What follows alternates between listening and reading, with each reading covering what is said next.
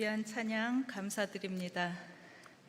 하나님 나라를 위해서 그리고 또 동막교회를 위해서 하나님의 일꾼으로 부름받고 또 피택되신 우리 여러분들을 축복하고 또한 응원하며 격려합니다. 격려의 박수 부탁드립니다.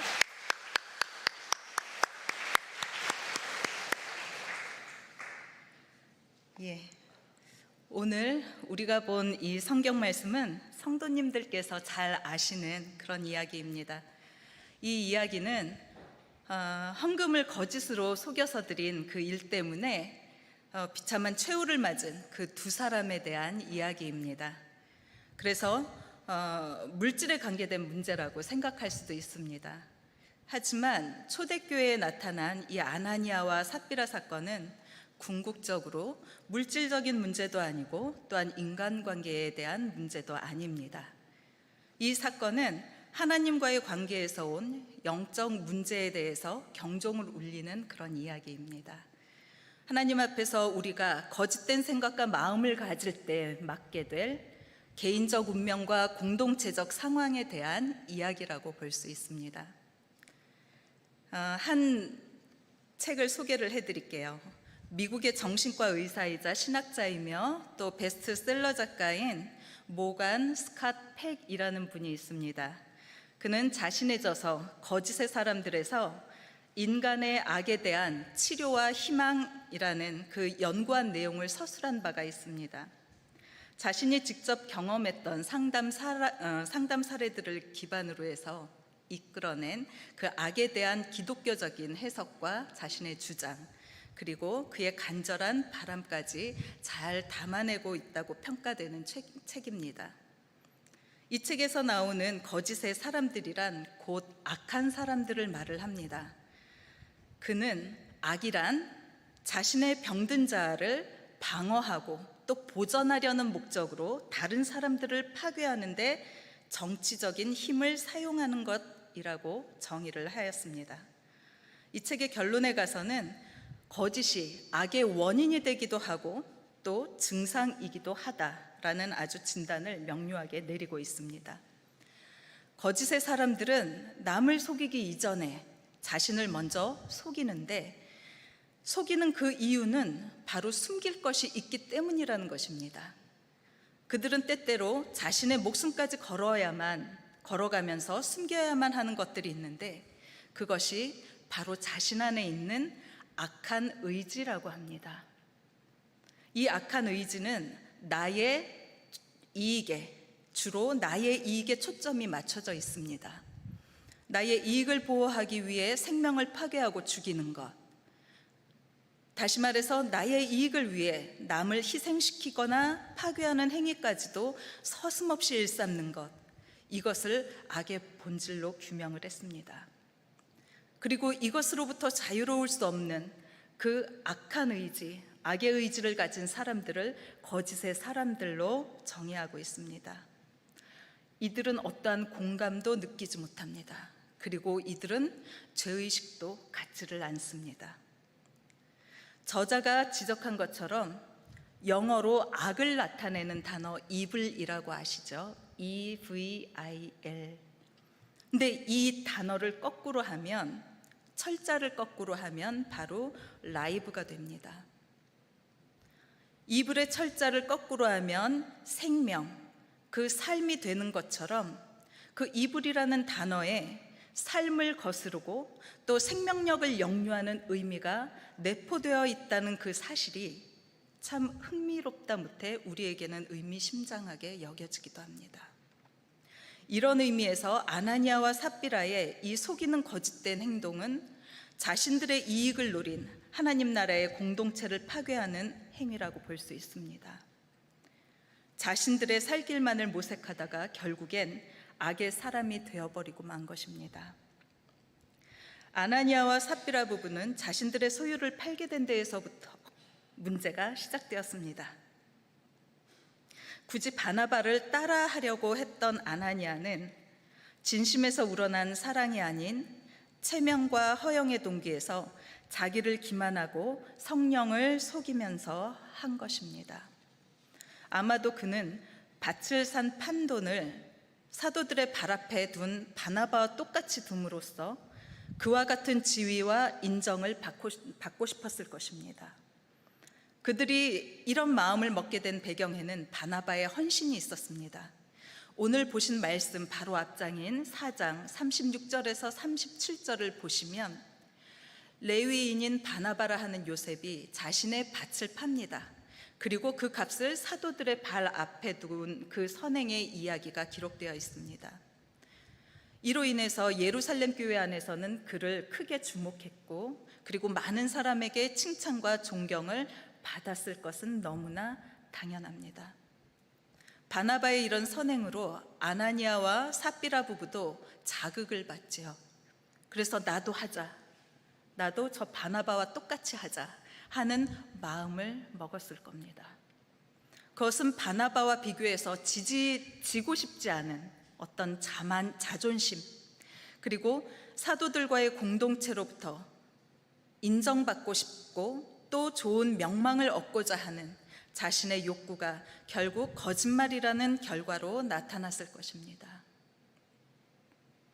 그래서 아나니아는 기꺼이 하나님을 속일 생각까지 하게 되었고, 또 그 속임과 거짓으로 인해 자기에게 미칠 그 결과에 대해서 아주 담대할 수 있었던 것입니다.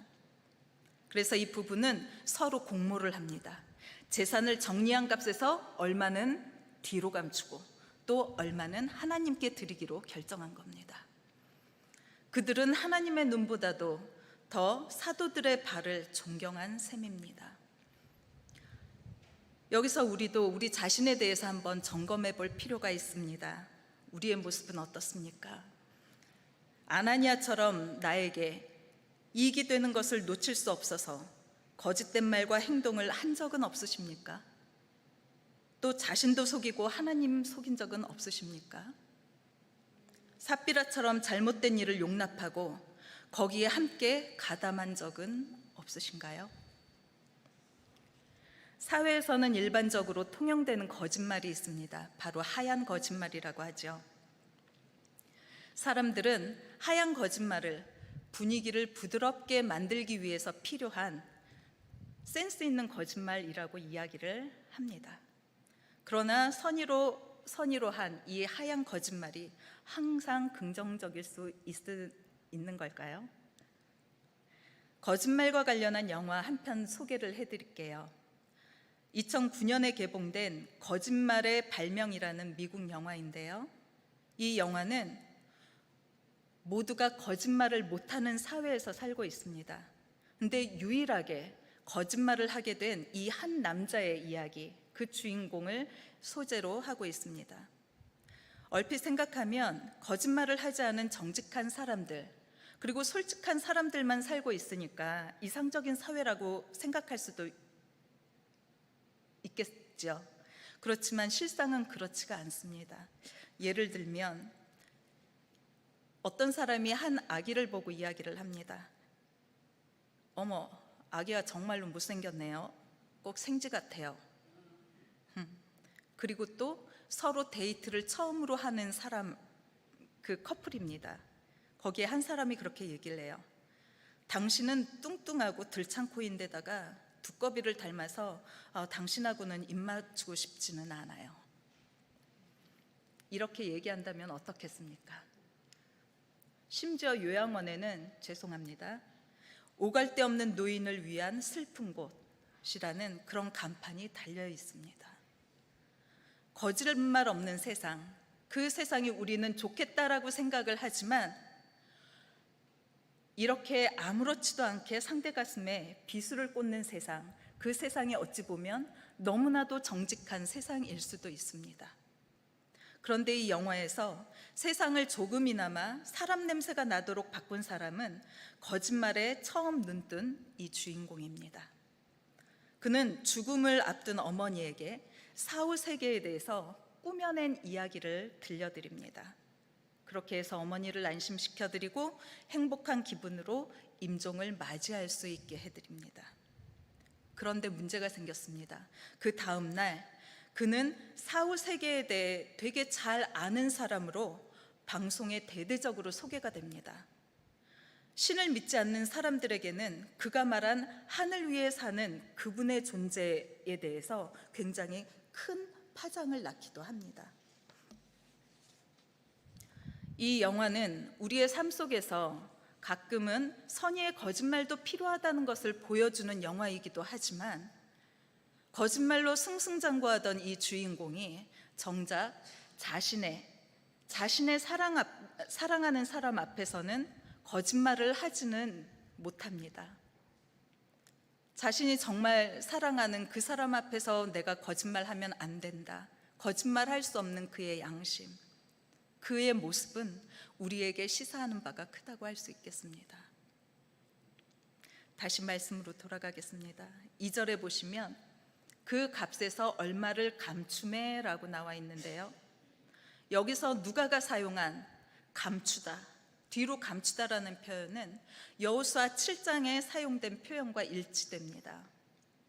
여호수아 7장엔 아간이 하나님께 바쳐진 그 물건, 온전한 물건을 가졌다라고 기록하고 있습니다. 가졌다라는 이 단어가 헬라어로 감추다, 지금 아나니아 삽비라에서 쓰여진 그 감추다라는 단어와 똑같은 단어입니다. 이스라엘 백성이 애굽에서 나와서 하나님이 약속하신 땅 가나안의 첫 성 여리고를 쳤을 때, 하나님은 그 성의 모든 속한 것을 전부 다 여호와께 온전히 바치고 그 바친 것 중에서는 어떤 것도 취하지 말라라고 명령하셨습니다. 경고하셨습니다. 하지만 아간은 그 명령을 어기고 제물의 일부를 취해 자기 장막 밑으로 감췄습니다. 그 일로 하나님은 이스라엘이 여리고 성보다 더 작은 아이성을 칠 때에 패배하게 하셨습니다. 여리고 전쟁의 대승으로 백성의 기세가 등등하고 또 군사의 사기가 절정에 올랐을 그때에 한 사람의 범죄로 인해서 이스라엘 전체가 위기에 몰렸습니다. 하나님의 맹렬한 진노가 백성 전체에게 쏟아졌습니다. 그래서 여호수아는 아간과 그리고 그의 아들, 딸들은 물론 가축들까지 그에게 속한 모든 것들을 아골골짜기에서 돌로 쳐 죽였습니다. 이렇게 범죄자가 제거되었을 때 그제서야 여호와의 맹렬한 진노가 멈췄다고 여호수아서엔 기록되어 있습니다. 이 이야기는 거짓말하지 말라는 어떤 개인의 윤리 규범을 넘어서서 신앙 공동체가 가지고 있는 속성과 작동 원리가 무엇인지 두 이야기에서 발견되는 유사점을 통해서 찾아볼 수 있습니다. 그 첫째는 개인의 정직하지 않은 한 가지의 행동이 공동체 전체에 중대한 해를 끼칠 수 있다는 점입니다. 둘째는 두 이야기 모두 공동체가 하나님과의 관계에 있어서 그리고 공동체의 삶에 있어서 새롭게 시작하는 단계에 들어섰을 때를 배경으로 한다는 것입니다. 아간이 죄를 지었을 때는 이스라엘이 약속된 땅으로 막 들어오기 시작할 때였습니다. 그리고 아나니아와 삽비라가 죄를 지었을 때는 교회가 예루살렘에서 막 태동하던 시기였습니다. 그 어느 때보다 엄격한 계율이 필요한 때였던 것입니다. 셋째는 두 사건 모두 하나님이 즉각적으로 죄인들을 처벌하신 것입니다. 아간은 그 가족과 함께 벌을 받았고 또 아나니아와 삽비라도 그 즉시로 목숨을 잃었습니다. 그렇다면 아나니아와 삽비라의 이 사건을 보면서 한 가지 좀 질문이 생깁니다. 자비로우신 하나님께서, 은혜로우신 하나님께서 왜 이들에게 회개할 기회도 주지도 않고 곧장 처벌하셨을까 하는 질문입니다. 그건 하나님의 백성과 또 성장 중인 공동체의 거룩함을 지키기 위해서였기 때문입니다. 거룩하신 하나님의 인도를 받으려면 그 백성들 또한 거룩해야 하기 때문입니다. 하나님은 결코 죄와 함께 하실 수 없기 때문에 철저하게 죄를 제거하셔야 했습니다. 초기 기독교 공동체의 모습은 오순절 성령 강림 사건 이후에 형성되기 시작했습니다. 그 후로 베드로가 예루살렘 성전 솔로몬 행각에서 복음을 선포한 이후에 더 많이 믿는 이들이 공동체를 이뤄나가기 시작했습니다. 그곳에 모인 성도 가운데는 가난한 사람도 있었을 겁니다. 또 유대교를 버리고 그리스도교를 따른다는 이유로 집과 회당에서 쫓겨나서 경제적으로 궁핍한 상태에 이른 그런 사람들도 있었을 것입니다. 그러나 여기서 중요한 것은 믿는 사람들은 그들을 보면서 뒷짐만 지고 있지 않았습니다. 그들은 한 마음과 한 뜻이 되어 모든 물건을 서로 통용했습니다. 네 물건 내 물건 하는 것 없이 서로 함께 나누어 썼습니다. 또 사도들의 큰 권능으로 예수의 부활을 증언했을 때 성도들이 큰 은혜를 받고 자신의 밭과 집을 팔아서 그 값을 사도들 발 앞에 두었습니다. 그러면 사도들이 각 사람의 필요에 따라 나누어 주었습니다. 부족한 것이 없었습니다. 이것이 초기 기독교 공동체의 모습입니다. 이러한 초기 기독교 공동체의 모습은 세상에서 볼 수 없었던 거룩한 공동체요, 또 정결한 공동체요, 사랑의 공동체로서 예수 그리스도께서 가져오신 하나님 나라가 이 땅에 이루어졌다는 선포였던 것입니다. 그런데 지금 이 공동체를 흔들고 더럽히고 또 회방하려는 사건이 터진 것입니다. 이때 하나님은 두 사람을 일벌백계를 하시죠. 그래서 사람들로 하여금 교회를 두렵게 만듭니다. 그렇게 하심으로 교회의 거룩함과 순결함을 계속해서 지키셨습니다. 하나님께서 이렇게 초대교회를 300년 동안 깨끗한 교회로 유지시켜 가시기 위해서 두 가지 허용한 것이 있습니다. 그것이 바로 철저한 심판입니다. 그리고 또 하나는 핍박입니다.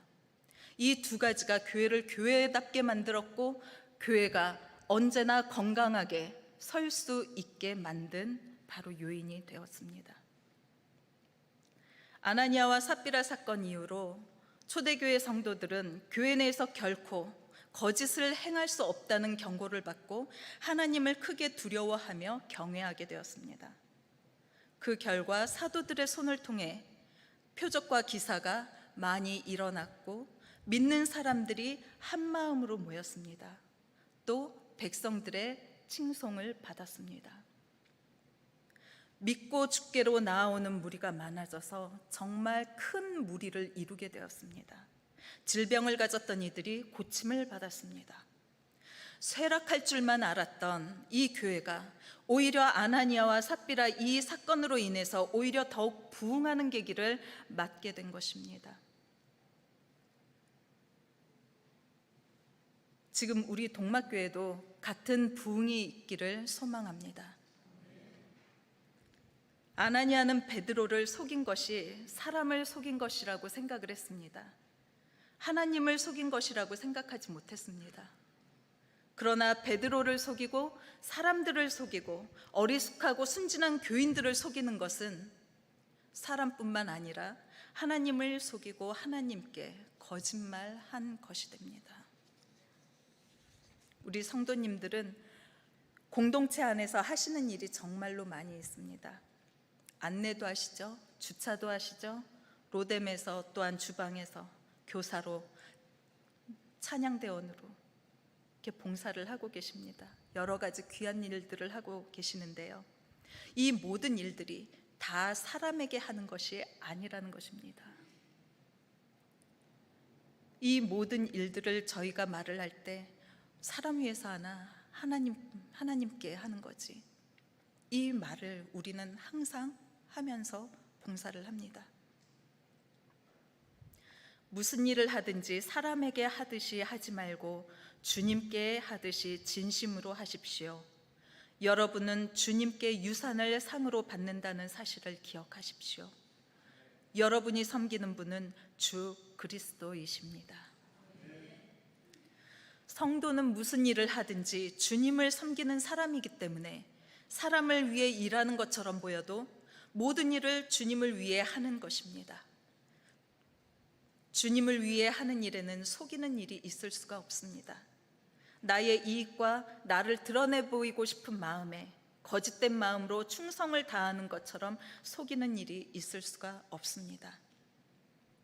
우리 마음에 이런 속이거나 거짓됨이 언제나 하나님 앞에서 깨끗하고 올곧은 마음으로 모든 일을 주께 하듯 해야 합니다.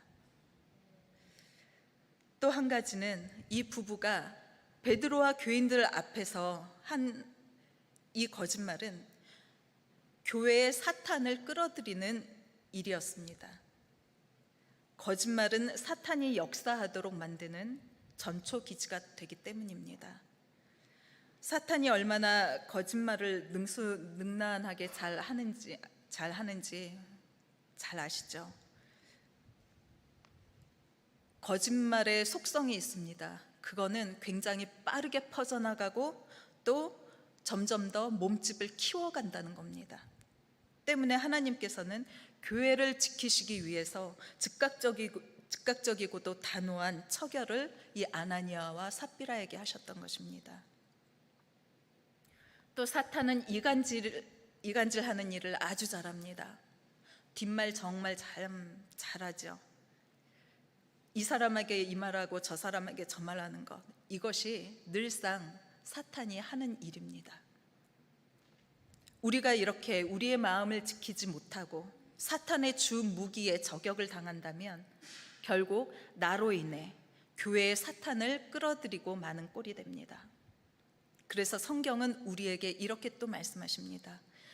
그 무엇보다도 너는 내 마음을 지켜라. 그 마음이 바로 생명의 근원이기 때문이다. 왜곡된 말을 내 입에서 없애버리고 속이는 말을 내 입술에서 멀리하여라. 왜곡된 말을, 속이는 말을 내 입에서 없애고 멀리하는 길은 우리의 마음을 깨끗이 할 때 가능합니다. 사단의 출입 통로인 내 생각을 깨끗이 할 때 생명의 근원인 그 마음을 지켜낼 수가 있는 것입니다. 우리 모두 정한 마음, 정한 생각으로 주 안에서 나를 지켜내시기를 축복합니다.